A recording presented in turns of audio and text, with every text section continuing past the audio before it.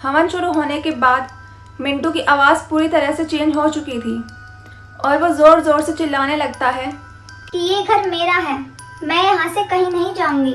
फिर अचानक घर की लाइट चली जाती है, बिल्कुल अंधेरा, और तभी चिल्लाने की आवाज़ आती है। Hello guys, welcome to my YouTube channel. मेरा नाम है प्रिया और मैं लेकर आई हूँ छलावे वाली स्टोरी का पार्ट 3। वो छलावा जो उत्तराखंड से स्टार्ट हुआ, लेकिन पता नहीं कहाँ तक आकर ये रुकेगा। जो फैमिली उत्तराखंड में अपना एक स्पेशल दिन मनाने के लिए गई थी, जो कि वो एंड में मना भी नहीं पाई, लेकिन उनके साथ फिर भी ये छलावा घर तक आ चुका है। मैं बात कर रही हूँ मिंटू की। मिंटू जो घर में आने के बाद अजीब सा बर्ताव कर रहा है, उसका बिहेवियर पूरी तरह से चेंज हो चुका है। घर में सेलिब्रेशन का माहौल है, लेकिन वो खुश नज़र ही नहीं आ रहा। वो बिल्कुल अजीब बिहेव कर रहा है, ना किसी से बातें करना, ना किसी के साथ हंस बतलाना, ना ही डेकोरेशन में अपना हाथ पटाना। चिंटू उससे हेल्प भी मांगता है, लेकिन मिंटू उसे पूरी तरह से इग्नोर कर देता है, जिस बात पर चिंटू को गुस्सा भी आ गया था। लेकिन चिंटू की मम्मी बोलती है कि कोई बात नहीं बेटा, लगता है ये थोड़ा सदमे में है।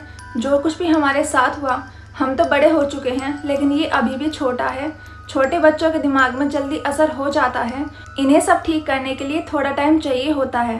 तुम भी मिंटू को थोड़ा टाइम दो। देखना, जब एनिवर्सरी पर सब रिलेटिव्स आएंगे और साथ ही तुम्हारे कजन्स भी आएंगे, तो ये उनके साथ खेलने लगेगा। फिर आता है एनिवर्सरी का डे। उस दिन सब बिजी थे। चिंटू की मम्मी, जिनका नाम मीना था, वो तैयार हो रही थी। चिंटू के पापा राजेश, वो भी डेकोरेशंस देखने में लगे थे, कहीं कोई चीज़ रह तो नहीं गई। चिंटू भी अपने पापा की हेल्प कर रहा था, लेकिन इसी बीच मिंटू सोफे पर एक कोने में बैठा था और वो किसी से कुछ बात नहीं कर रहा था। मीना मिंटू से बात करने के लिए आती है, तो वो देखती है कि वो अब सोफे पर नहीं है, तो सोचती है कि शायद वो रूम में होगा। वो मिंटू के रूम में जाती है। वहाँ जाकर वो देखती है तो मिंटू बस बैठकर एक ही कोने में घूर रहा था। मीना बोलती है कि बेटा किसे देख रहे हो? मिंटू एक अजीब सी स्माइल करता है और उंगली करके बोलता है कि उन आंटी की ओर। वो अपनी उंगली सीलिंग की तरफ कर रहा था। ये देखकर मीना जम सी जाती है। वो बोलती है कि कौन आंटी? मिंटू बोलता है वही आंटी जिन्होंने हमें कीनू दिए थे। मीना बोलती है कि बेटा ऐसा गंदा मजाक तुम हमारे साथ मत करो, चलो नीचे आ जाओ, तुम्हारे सभी कजन्स भी आ गए हैं और सभी रिलेटिव्स का आना भी शुरू हो गया है। मीना किसी तरह मिंटू की ये बात को इग्नोर करना चाहती थी। वो सोचती है कि छोटा बच्चा है, इसलिए बोल रहा है। 12th क्लास में पढ़ने वाला लड़का इतना भी छोटा नहीं कि वो ऐसा भद्दा मजाक करे। मीना ये बोलकर नीचे चली जाती है। नीचे सभी रिलेटिव्स आए हुए थे। उसी के थोड़ी देर बाद ही मिंटू भी नीचे आ जाता है और फिर होती है केक कटिंग सेरेमनी। जब केक कट किया जाता है तो सब वहाँ पर थे, लेकिन मिंटू उन्हें कहीं नज़र नहीं आता है। चिंटू मिंटू को ढूंढता है, लेकिन मिंटू कहीं पर भी नहीं था। वो सोचता है कि वो अपने रूम में ऊपर होगा, तो वो ऊपर जाता है मिंटू को बुलाने के लिए, लेकिन वहाँ जाकर उसे ऐसा नज़ारा दिखता है कि उसकी चीख निकल जाती है। वो देखता है कि मिंटू अपने रूम के एक कॉर्नर में खड़ा था, लेकिन उसके पैर ज़मीन से 2 इंच ऊपर थे। उसका सिर उल्टा होकर घूमने लग जाता है और वो उसके अंदर से आवाज़ आती है, मिंटू की नहीं बल्कि एक औरत की, जो बोलती है कि तुम सब तो बच के आ गए, लेकिन अब ये नहीं बचेगा। ये सुनते ही चिंटू की चीख निकल जाती है। चिंटू जल्दी से नीचे जाता है सभी को बुलाने के लिए, लेकिन इतने ही मिंटू के रूम का डोर बंद हो चुका था। सब ऊपर आते हैं। चिंटू के पापा देखते हैं मिंटू के रूम का डोर तो बंद है, उस डोर को किसी तरह तोड़ा जाता है। जब सब अंदर जाते हैं तो देखते हैं मिंटू बेहोश था और ज़मीन पर पड़ा हुआ था। रूम के मिरर पर खून से लिखा था, मैं घर आ चुकी हूँ।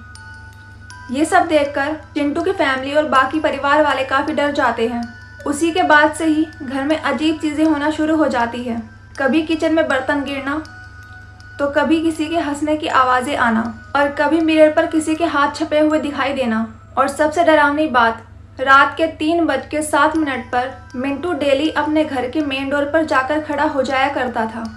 एक दिन मिंटू को चिंटू ने देखा और उसने अपने पेरेंट्स से बताया, तो उनके पेरेंट्स ने सीसीटीवी में चेक किया।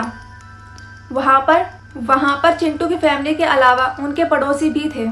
तब उनको नज़र आता है कि ठीक रात के 3:07 पर मिंटू अपने घर का मेन डोर खोलता है और फिर बाहर से कोई सफ़ेद साड़ी वाली औरत घर के अंदर आती है। अजीब बात तो ये थी कि वो औरत सिर्फ चिंटू की फैमिली को ही नज़र आ रही थी, उनके पड़ोसियों को कुछ नज़र ही नहीं आ रहा था। उसके बाद घर में पंडित को बुलाया गया। पंडित जी घर पर आते हैं तो बोलते हैं कि यहाँ पर कोई आत्मा नहीं है, बल्कि एक छलावा है जो कि इंसान को अंदर ही अंदर खा जाता है और वह उसे कभी नहीं छोड़ता। उसी रात हवन किया जाता है। हवन की सभी तैयारियां हो चुकी थी। मिंटू को घेरे में बिठाया जाता है और हवन शुरू होता है। हवन शुरू होने के बाद मिंटू की आवाज़ पूरी तरह से चेंज हो चुकी थी और वह ज़ोर ज़ोर से चिल्लाने लगता है कि ये घर मेरा है, मैं यहाँ से कहीं नहीं जाऊंगी। फिर अचानक घर की लाइट चली जाती है, बिल्कुल अंधेरा, और तभी चिल्लाने की आवाज़ आती है। लेकिन ये आवाज़ मिंटू की नहीं बल्कि उसकी मम्मी मीना की थी। अंधेरे में किसी को कुछ नज़र नहीं आ रहा था। फिर अचानक लाइट आ जाती है तो देखते हैं कि मिंटू तो घेरे में आराम से लेटा हुआ था, लेकिन मीना घर से गायब थी। आखिर मीना कहाँ गई होगी? क्या इस छलावे ने मीना को अपने कब्जे में कर लिया है? क्या मिंटू उस छलावे से मुक्त हो चुका है? इन सब का जवाब मिलेगा आपको पार्ट 4 में। तब तक के लिए बने रहे। आई होप आपको आज की स्टोरी पसंद आई होगी। अगर आपको आज की स्टोरी पसंद आई है तो लाइक करके ज़रूर जाना और कमेंट ज़रूर करना, और अगर आप इस चैनल पर न्यू हो तो सब्सक्राइब ज़रूर करना। Thanks for watching.